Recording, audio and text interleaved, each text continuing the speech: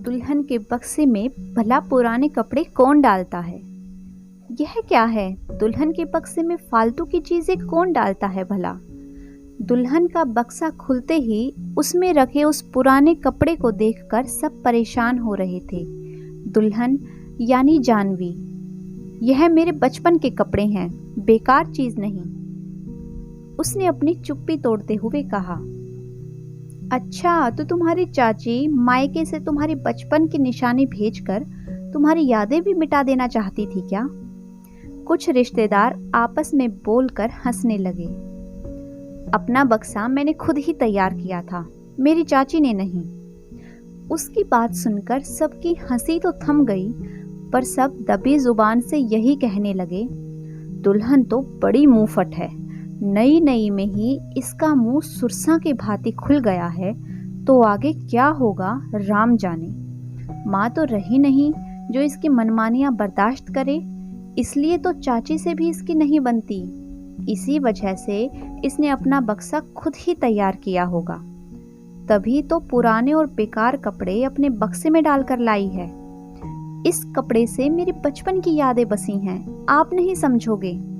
कहती हुई वह सुबकने लगी और उसने अपनी फ्रॉक और स्कर्ट को अपने सीने से लेकर लगा लिया। उन कपड़ों ने उसे उसके बचपन की स्मृतियों में डुबो दिया था। बेहद बातूनी थे जानवी, ठीक इसके उल्टा धीर गंभीर शांत स्वभाव के उसके बड़े भैया। स्कूल से आते ही वो दिन भर का ब्यौरा अपनी माँ को सुनाती, फिर उन्हीं सब बातों का पिटारा अपनी दादी के सामने खोलकर रख देती थी। पापा भी उसकी बातें बहुत धैर्यपूर्वक सुना करते थे।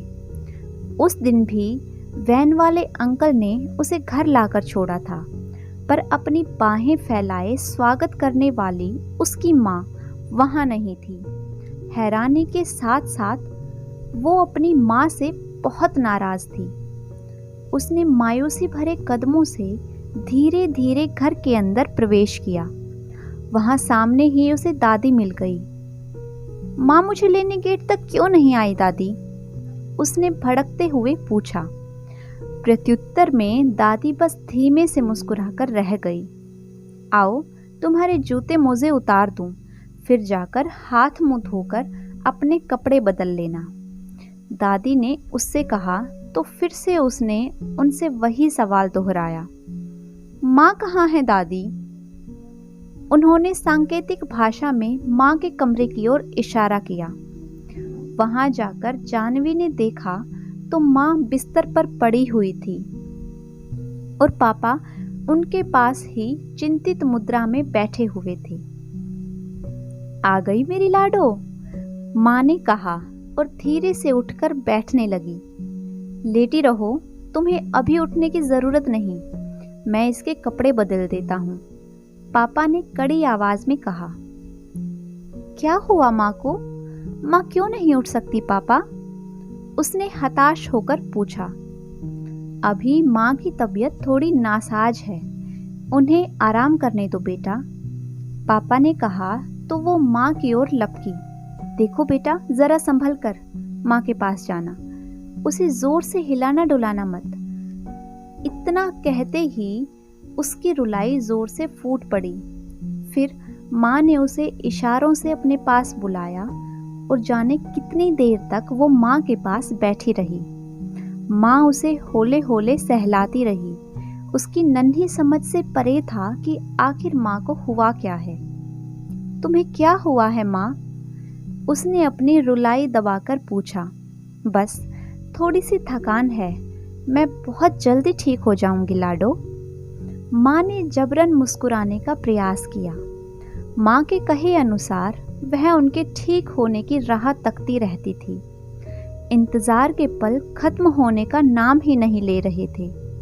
छुट्टी के बाद स्कूल वैन से उतरकर सूनी आंखों से माँ की राह तकना, फिर बुझे मन से घर के अंदर प्रवेश करना, यही नियति बन गई थी उसकी।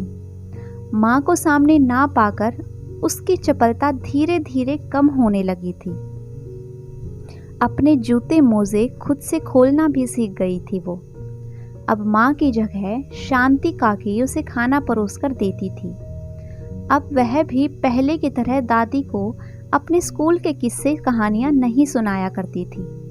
अब खेलने कूदने भी बाहर नहीं जाया करती थी वो। उसके बचपन की सहेली रोमा, जिसका घर उसके पड़ोस में ही था, उससे भी नहीं मिला करती थी। फुर्सत पाकर वो बस माँ के पास ही बैठी रहती। उसकी आंखों में बस एक ही सवाल बसा था, माँ, तुम्हारी तबीयत कब सुधरेगी? माँ पहले से ज्यादा कमजोर हो गई थी। पापा भी पहले की तरह हंसते बोलते नहीं थे। भैया भी पहले से और अधिक गंभीर रहने लगे थे। सब कुछ बदला बदला सा नजर आने लगा था। बस एक ही चीज नहीं बदली थी, माँ उसे नियमित रूप से कहानियां सुनाना नहीं भूलती थी। उनकी जादुई उंगलियां उसके बालों में फिरते ही वो गहरी नींद में सो जाती थी। दीपावली करीब आ रही थी तो माँ को इस हाल में देखकर वो अधीर हो गई थी। मेरे लिए नए कपड़े तो बनाओगे ना माँ? उसने धीमे से माँ के कान में फुसफुसाकर पूछा। हाँ मेरी प्यारी गुड़िया, तेरे कपड़े मैं खुद अपने हाथों से सिल कर बनाऊंगी। बिल्कुल नहीं, इस बार गुड़िया के कपड़े मशहूर मॉडर्न टेलर बनाएगा। माँ की बात सुनकर पापा ने उन्हें टोका था, पर माँ का दिल कहाँ मानने वाला था। पापा के घर में मौजूद नहीं रहने पर सबसे छुप छुप कर अपनी बेटी के लिए अपने हाथों से कपड़े तैयार करने में लग जाती। उसके लिए नए कपड़े का नाप टेलर लेकर गया था। माँ के मनुहार करने के बाद भी पापा ने उन्हें उसकी ड्रेस तैयार करने के लिए नए कपड़े खरीद कर नहीं दिए थे। तब उसे पापा पर बहुत गुस्सा भी आया था। वह बहुत निराश हो गई थी। तब माँ ने शांति काकी की मदद से अपनी लाल गोटेदार चुनरी बक्से से बाहर निकाली। तुम मेरे लिए सुंदर सी साड़ी का ड्रेस बनाओगी? उसने चहकते हुए पूछा। तो माँ ने उसे चुप रहने का इशारा किया। वह समझ गई थी कि माँ ने उसे चुप क्यों रहने का इशारा किया था। पापा के सो जाने के बाद माँ रातों को देर तक जागती रहती और उनकी उंगलियां उसके कपड़े तैयार करने में लग जाती। वह भी खुश होकर माँ को कपड़े सिलते देखती रहती। सो जा मेरी गुड़िया रानी, तुझे सुबह स्कूल भी जाना है। माँ उससे कहती तो वह भी उनसे कह देती, माँ अब मुझे स्कूल जाने का मन नहीं होता। ऐसा क्यों मेरी गुड़िया? माँ ने सहम कर उससे पूछा था। अब तू जो मुझे अपने हाथों से तैयार नहीं करती। उसके इतना कहते ही माँ की आंखें छलक आई थी। मैं बहुत जल्दी ठीक हो जाऊंगी मेरी लाडो, फिर तुम्हें अपने हाथों से सजाकर स्कूल भेजूंगी। पक्का वाला प्रॉमिस करो माँ। उसके हाथों को चूमकर माँ ने उसे आश्वस्त किया था। फिर जानवी बोली, मैं तो तुम्हारे हाथों के बने कपड़े ही इस दिवाली पर पहनूंगी, और हाँ, मैं तुमसे लाल रिबन भी अपने बालों में लगवाऊंगी। हाँ मेरी गुड़िया, माँ ने अपनी रुलाई दबाकर कहा था, पर वह इस बात से बिल्कुल अनभिज्ञ थी कि माँ अपने कैंसर की बीमारी से दिन प्रतिदिन मौत के करीब जाती जा रही थी। गुड़िया की माँ अभी तक जाग रही हो? नींद नहीं आ रही क्या? कमरे की बत्ती जलते देख उस दिन पापा ने माँ को टोका और कमरे में चले आए थे। माँ ने हड़बड़ा कर उसके फ्रॉक को छुपाना चाहा, पर कामयाब ना हो सकी। पापा ने माँ की चोरी पकड़ ली थी और सूनी आंखों से माँ को निहार रहे थे। माँ नजरी नीचे किए हुए चुपचाप बैठी थी। आखिरकार तुमने अपनी जिद पूरी कर ही ली। ड्रेस लगभग सिलकर तैयार थी। पापा अपना सिर पकड़े वहीं कुर्सी पर धम से बैठ गए थे। तुम भी इसे मनमानी करने में सहयोग कर रही हो? तुम्हें पता है ना कि डॉक्टर ने तुम्हारी मालकिन को पूरी तरह से बेड रेस्ट की सलाह दी है। उस दिन शांति काकी पर पापा का गुस्सा फूट पड़ा था। वो माँ की देखभाल के लिए उनके कमरे में ही सोती थी। उन्हें तो माँ ने अपनी भावनाओं के बंधन में बांध रखा था। खुद एक माँ होकर एक माँ से अपने बच्चे को प्यार करने का हक भला कैसे छीन पाती वो? आप जाकर सो जाइए, बच्चों को भी स्कूल जाना है और आपको ऑफिस। मैं बस सोने ही जा रही थी। उस रात ना माँ के कहने पर पापा पर कोई असर हुआ और ना ही वह शांति काकी पर विश्वास कर पाए थे। उस रात पापा उठकर हॉल में भैया के पास सोने भी नहीं गए थे। शांति काकी भी माँ के सिरहाने बैठी थी। छोटी सी जानवी धीरे धीरे नींद की आगोश में चली गई थी। अचानक कमरे में शोरगुल से उसकी नींद खुली। डॉक्टर स्टेथोस्कोप लगाकर उसकी माँ का परीक्षण कर रहे थे। दादी और भैया भी माँ को कमरे में घेरे खड़े थे। डॉक्टर की चुप्पी ने माँ के ना होने का एहसास कराया। पापा जानवी को गोद में उठाकर जोर जोर से रोने लगे थे। भैया और दादी भी फफक कर रो पड़े थे। आज उसके सब्र का बांध टूट गया था। पापा ने माँ के शरीर को जोर से हिलाने डुलाने के लिए मना किया था, पर आज वो माँ के स्थिर पड़े शरीर को पागलों की तरह हिलाकर जगाने का असफल प्रयास कर रही थी। सुबह माँ को सजा धजा कर ले जाया जा रहा था। लोग उन्हें अंतिम प्रणाम करने के लिए कह रहे थे, पर वो बस एक ही रट लगाए हुए थी, माँ को मत जाने दो ना, उन्हें कोई रोक लो ना, मैं उन्हें बिल्कुल भी तंग नहीं करूंगी। पर लोगों के करुण रुदन में उस बच्ची के मन की आवाज कहीं दब सी गई।